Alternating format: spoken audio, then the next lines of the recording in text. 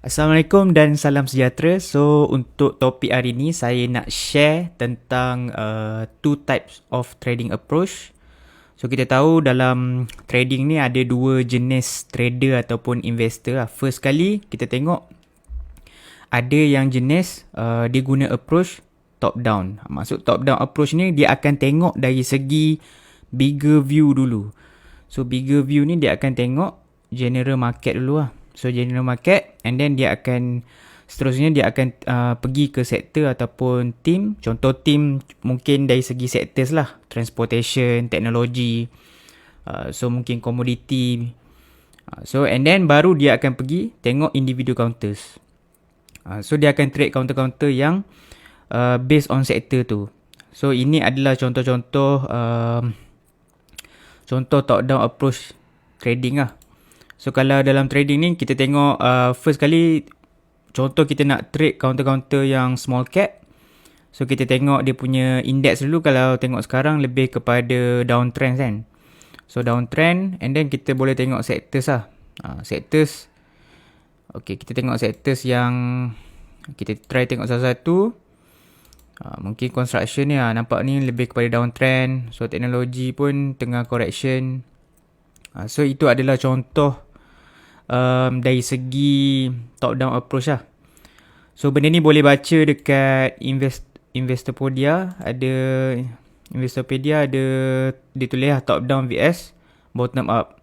So ini adalah contoh gambaran dia. Kalau dari segi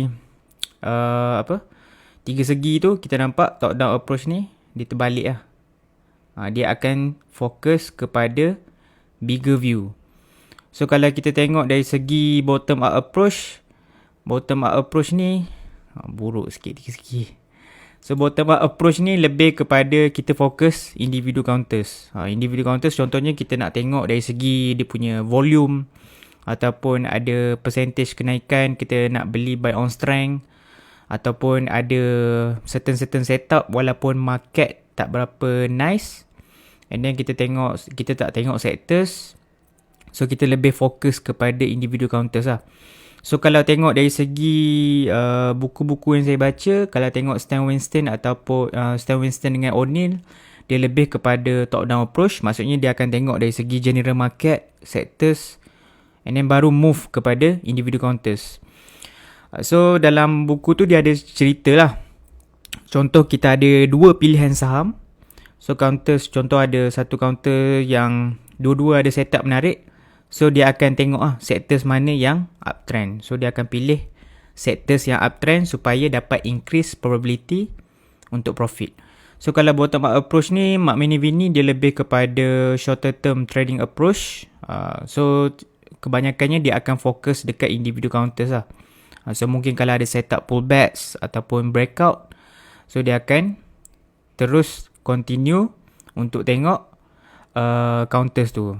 So dia tak kisah pun general market macam mana, tapi dia kena aware daripada dari segi technical analysis individual counters. So itu adalah dua jenis trading setup lah. So kalau nak baca, boleh baca dekat area sini.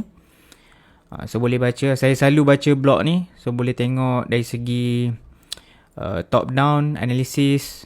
So kat sini top down investing, and then bottom up. So itu adalah contoh-contoh lah. So dia atas preference, basically dia atas preference masing-masing lah. So kalau you nak pilih yang mana you nak follow, you pilih lah yang mana yang lebih make sense to you.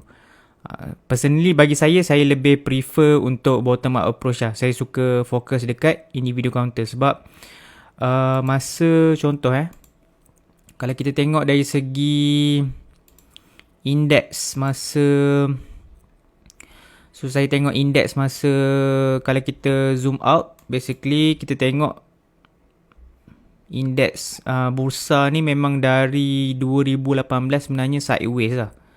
Lebih kepada sideways. So basically, tapi masa dia sideways ni pun ada counter-counter yang buat kenaikan banyak kan. So contoh kita tengok dekat sini, dia start turun masa Jun sampai Julai. Tapi kita tengok ada counter-counter yang boleh bagi high percentage lah. Contoh kita tengok high tech, dia breakout masa Jun. So kita tengok dari segi masa Jun tu banyak indeks tengah jatuh kan, tapi still ada counter-counter yang ada setup dengan menarik lah. So kita tengok masa Jun pun, masa jatuh tu, so kita boleh trade counter-counter yang highly speculative, and then tapi ada setup. Kita tengok masa Jun pun still ada kenaikan. So kita fokus kepada individu counters lah. Itu saya punya preference. So you kena pilih lah, sama ada you nak follow bottom up ataupun top down approach, yang mana lagi make sense to you. Alright, so kita tengok Genetech. Genetech pun ada masa bulan Jun. Masa tu indeks basically dia start breakout ni 23 Jun kan. 23 Jun. So basically 23 Jun kita tengok sikit. So kat sini basically indeks tengah jatuh, tapi ada counter-counter yang membuat kenaikan. So kita kena pandai pilih sikit lah, rajinkan screen hari-hari. So kita tengok counter-counter yang ada setup. So itu based on masing-masing punya preference lah. So itu saja untuk perkongsian hari ni. Saya nak berkongsi tentang dua type of trading setup, iaitu top down approach. So kalau top down approach, dia akan utamakan general market dulu, and then baru individu counters. Kalau bottom up approach, dia fokus dekat individu counters dulu. So saya harap itu saja perkongsian untuk hari ini. Saya harap bermanfaat. That's all for me. Thank you so much. Assalamualaikum.